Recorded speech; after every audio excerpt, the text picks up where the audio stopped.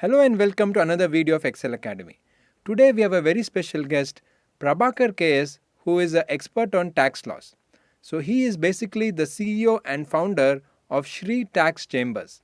And today Prabhakar will be sharing with us his views on the tax related cases, which is the Vodafone case and the Kane Energy case. India has lost both these cases as on the date of recording of this video, and it's been a big blow to the Indian government. At the same time, there are many MNCs who are not very sure about how the Indian government will tax them because of the retrospective taxation which we had in this Vodafone case. So today Prabhakar will be sharing with us his views on the entire case, and also he'll be giving his personal views too. So we look forward for Prabhakar's engagement with us, and this will be a real eye opener for multidisciplinary case studies which is there in CS Professional. So hello Mr. Prabhakar, thank you very much for joining us. Thank you, Alok, for providing an opportunity to share my views on Kern and Vodafone Energy tax dispute issues. Most controversial international tax disputes say Vodafone and Kern Energy, and which India lost just very recently. In October, we have lost Vodafone case, and just last month, December 20, actually, so Vodafone International Holdings and Kern Energy taken Indian government granted and challenged the very challenge is very taxing power in International Arbitration Court Arbitration Tribunal situated in Hague. Just a brief introduction about Vodafone. First, I'll go to Vodafone, then Ken Energy. Sure. Treaty. Actually, this issue is actually between India and UK. For example, for MNC companies look after treaty arrangements. So treaty means it is a contract between me and Alok enter for instance how me and Alok enter an agreement to deliver some lectures or some classes like that. India and a number of countries add their own arrangements, say called TT, where UK also part of its one of the TT arrangement called bilateral investment treaty, and that entities UK-based companies to open their shops in India and do their business, bring their capital, do their business, and whatever they want, they can just they can take, they can do business in India as per TT arrangements. But it is a formal agreement to say to put in another word in other words, it is a formal agreement between two contracting states, say India and UK, to safeguard their respective capital and investments made by investors in those countries. For example, Indian companies, say for example Adani, they can open their under this agreement. Adani can open its mining business in UK. Similarly, Vodafone opened its shop in India under this arrangement. To say this agreement entitles safeguard their capital investments and most what you say most transparent manner. In other words, you can say it is a formal and legally bound arrangement to provide. It is actually legally bound arrangement between between these two countries. One is fair and equitable treatment. Kindly note down this word. Fair and equitable treatment will come again once again. Protection and security, special treatment, most favored nation, enforcement of contracts. Upon this agreement, all these are promised are ensured for their investors. Upon this upon this promise only, they come forward to invest their huge capital, say in billions of dollars. They come up with their billions of dollars, their technology, and they introduce it in India and do business. In case of any some issues controversy, they will rely on this agreement and get some amicable solutions. But unfortunately, what happened in this Vodafone case is that they didn't arrive any amicable solutions. So that's why they went for international arbitration, and it ran almost 6 7 years. And just last October we got some adverse award against India. To say post globalization, India also joined the treaty platform. It's not a new thing actually. Almost 30 years, India as its own platform, has its own agreements with a number of countries. Since then, India has entered 83 agreements with 83 agreements. Out of that, 74 are in currently force. Recently, just 4 years back only, India replaced its TT version with a new model called India Model Bit 2016. They met in 2016. Actually, what happened in Vodafone case is Vodafone acquired stake in Hutchison SR. That is another company. That is Hutch company.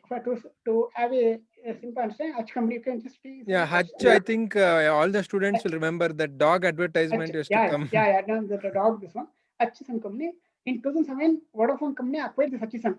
These are totally two different entities, two different telecom service providers. Vodafone acquired this Hutchison company for $11.2 billion. Interestingly, later, Vodafone International Holding, that is holding company of this Vodafone India, they bought a stake of Hutchison Telecommunications International Limited, that is Hutchison SR. Actually, these are overseas deal between two companies, between these two companies, that is Vodafone International Holdings BV and Hutchison Telecommunications International Limited. None of them have one of in India, but they are foreign entities, and they executed this deal in Cayman Island. That means it is totally independent, totally indirect, or not at all relevant to Indian tax jurisdictions. Later, Indian Income Tax Department came to know all this some tax evasion, tax planning, or so they issued a notice under section 201, section 2 is most controversial sections in the Income Tax Act to say that speaks about deduction of tax at source. Since these two companies are non-resident companies, they didn't bother about to deduct tax. Not since it's not applicable for them, so they didn't deduct tax, and they entered into agreement. They did all the takeover, and everything came into force.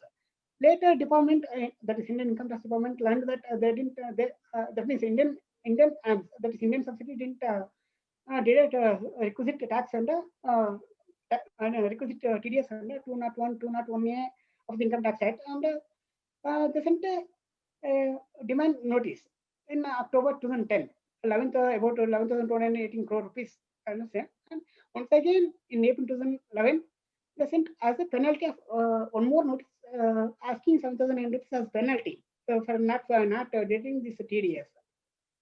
Thereafter, Vodafone moved. Just CA one second, so that I just summarize it for students. So basically, students, what Prabhakar sir is telling us is, so far there was an international deal. There was an international deal. May 2007. In May 2007. Exactly. So where Vodafone has acquired the Hutchison SR, that is in India, This but happened in India also only. This happened in India only, within India only. exactly. But parallelly, they also had a deal. Parallelly, they had one more deal in Cayman Islands. Subsequently, Vodafone International Holding, that is holding company of Vodafone India. Correct. They brought some stake in Hutchison Telecommunications International Limited. That is holding company of Hutchison SR. Exactly. So that was the confusion where Indian government asked them for the demand notice. Not at India, not at all in scene. It is not in the scene, but Indian tax department wants everything in the scene. Yeah. They observed some conspiracy to avoid the tax evasion.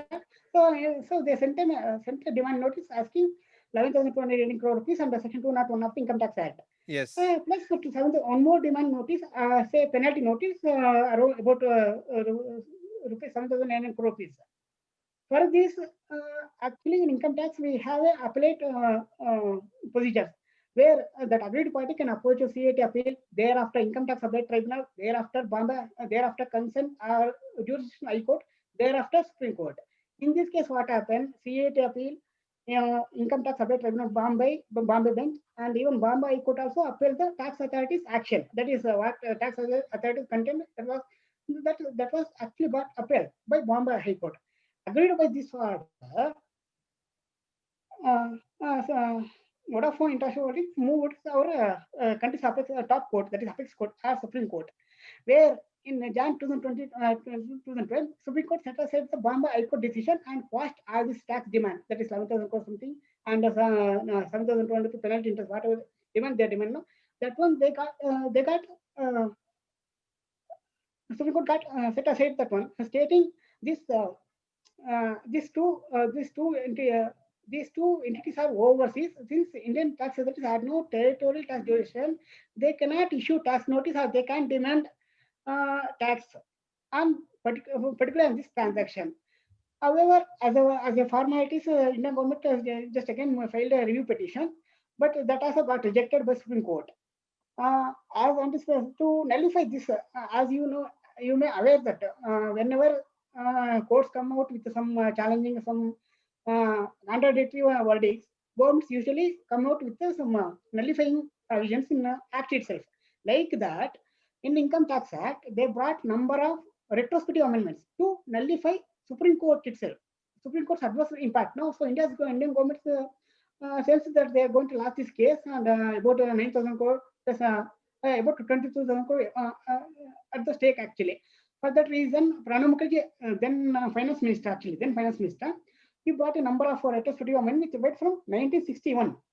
That is all these sections, section 214, that is capital asset, section 247, that is So transfer. this was the most controversial part because Yeah, retrospective this is amendment is people who can't expect what is happening. this controversy is standing on this these four sections. So these four one more section is there. So these four sections, section two that related to capital asset. When Hutchison International Holdings and Vodafone International uh, brought their capital, some capital asset was got transferred. That is an indirect transfer, not in Indian assets are Indian assets didn't transfer at all between these two companies. Only some foreign countries, some foreign assets got transferred in this deal. For that reason, they brought suitable amendments to Section 214, that deals with capital asset. Section 247, that is transfer. What is transfer? Section 9, indirect transfer. They particularly brought this transaction where some companies come and they open some shop here. They do they do business and mint number of they do business and they earn a lot of profits and that. But one fine day, they simply transfer their assets, their business to some holding company or some other associated enterprises situated outside India, not within India. If it is within India, that will be subject to capital gains tax.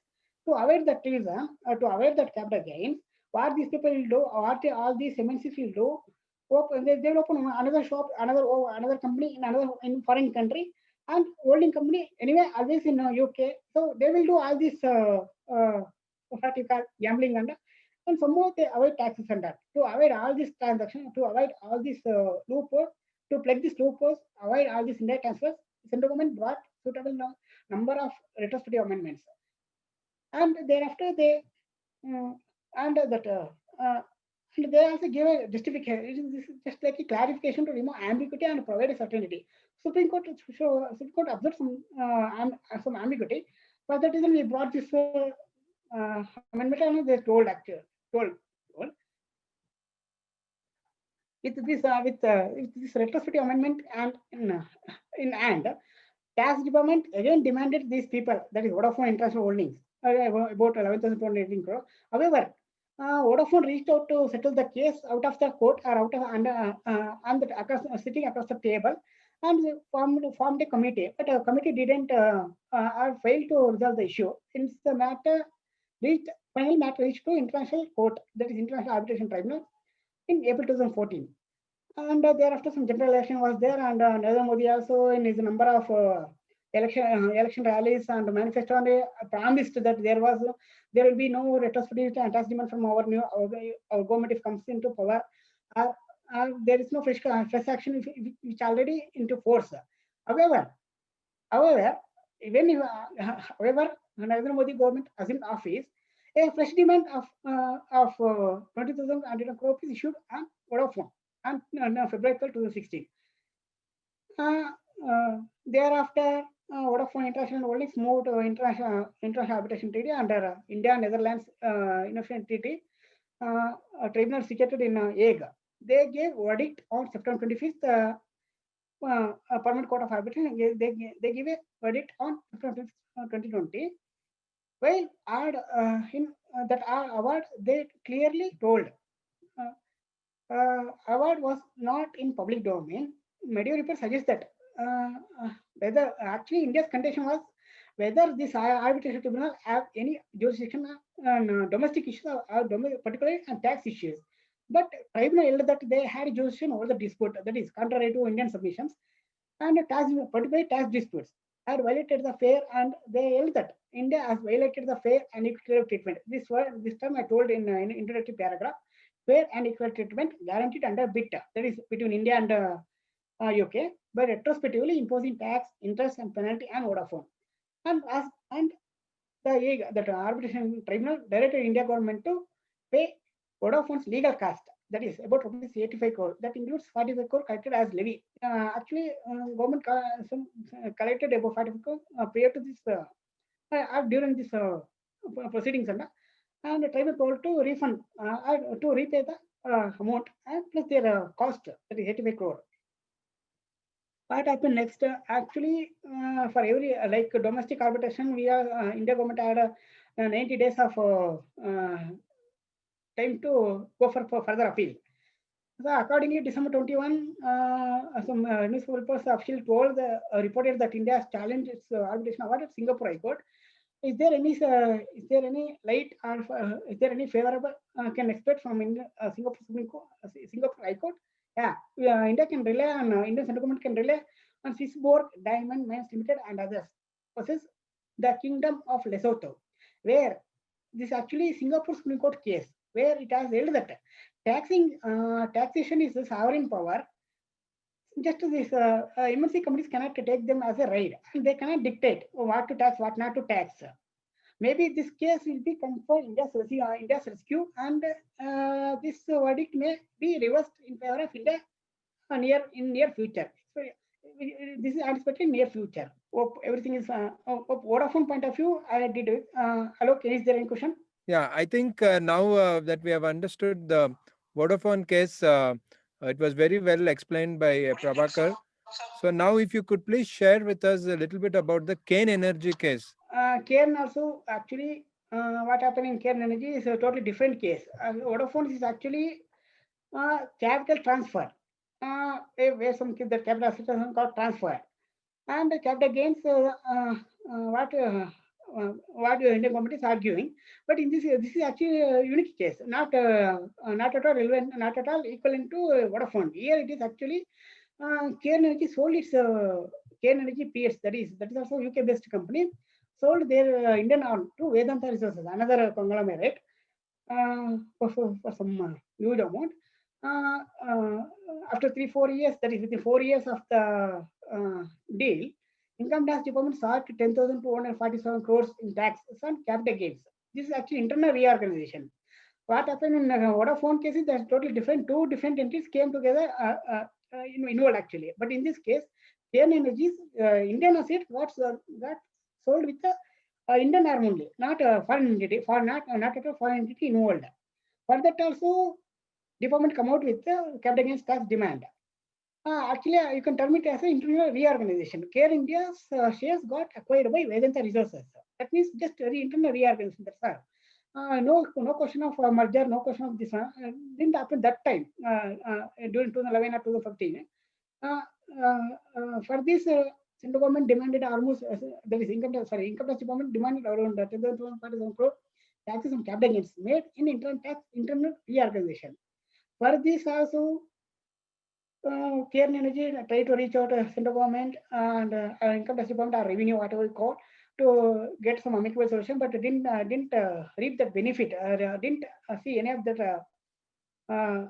Since failed in getting some amicable solution, they also reached International Arbitration Tribunal, same bench, same that Hague, it is situated in Hague. Subsequently, that is in April 2017, Cairn India got merged with Vedanta. You can just understand that one. Initially, that is in December 2011, just only shares got transferred between Cairn India and Vedanta Resources.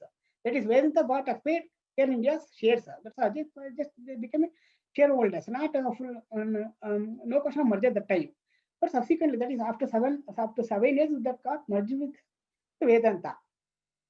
In May 2018, pending final award, department even didn't bother to wait for this final award, but they sold a number of shares of Cairn Energies and got recovered part of their demand, that is 10,000 to 247 crore.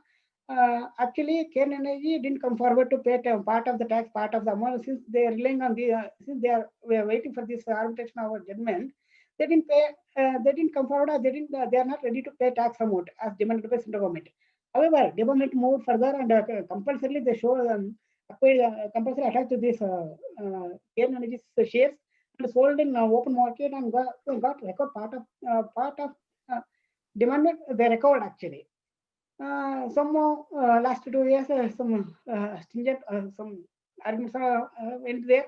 India also put their arguments suitably. Anyhow, India passed this matter.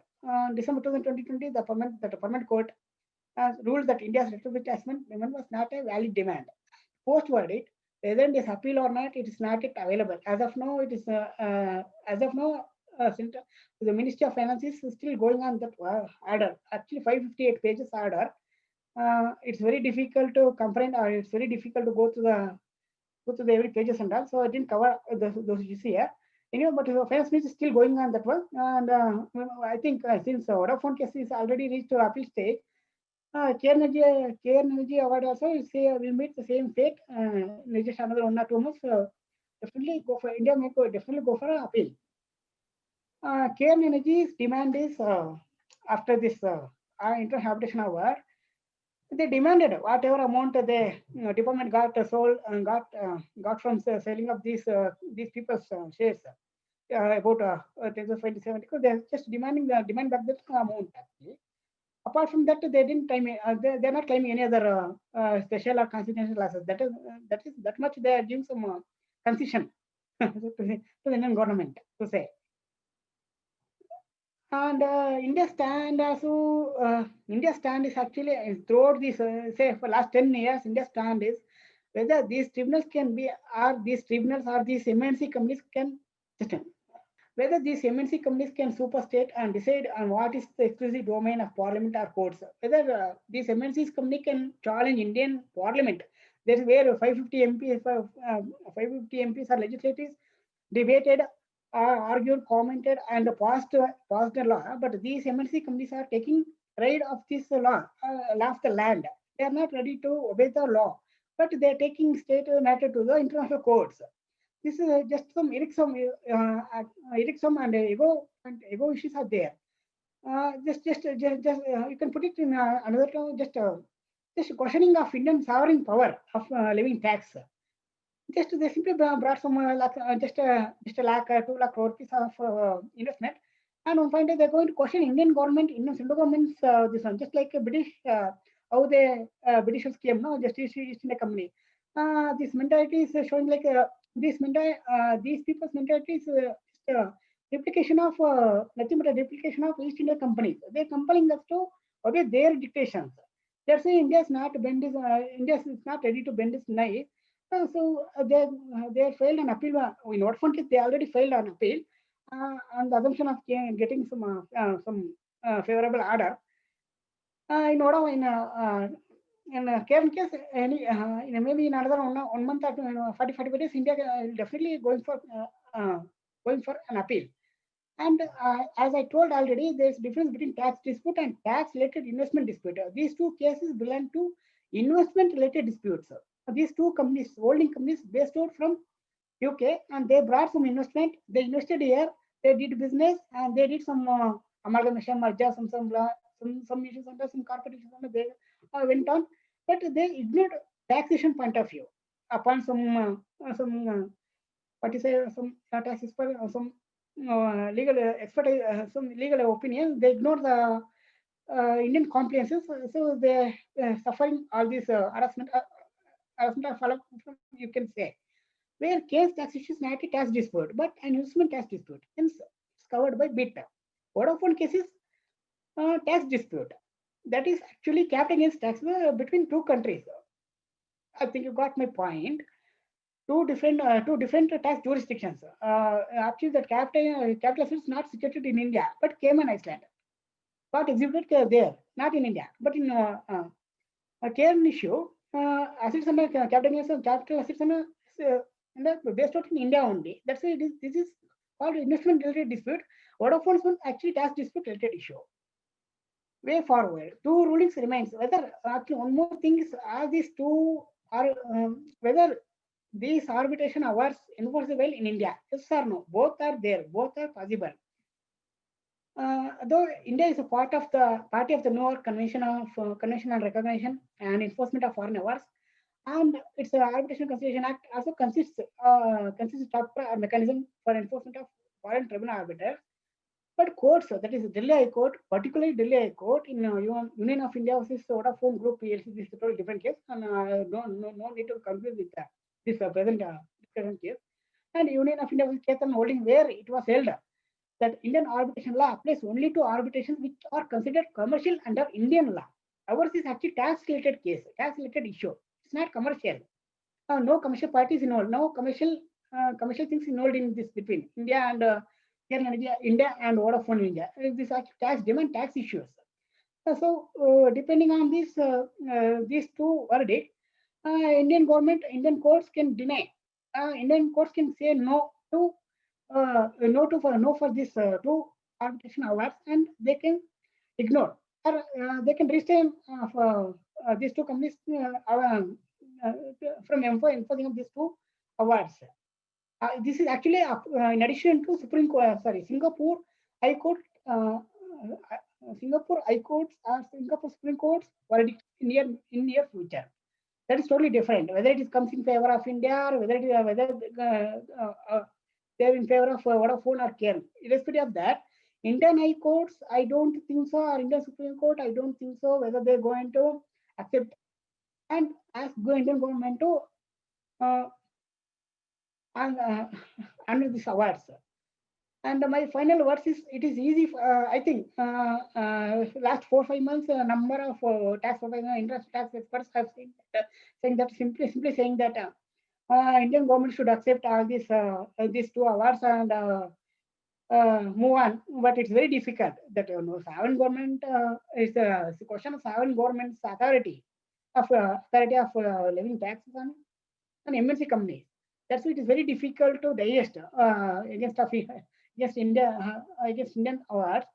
Let us see. Actually, what happened just very recently that uh, Apple case also where US government got angry with the European Commission, where European Commission held that Apple enjoyed some tax benefits under Ireland law.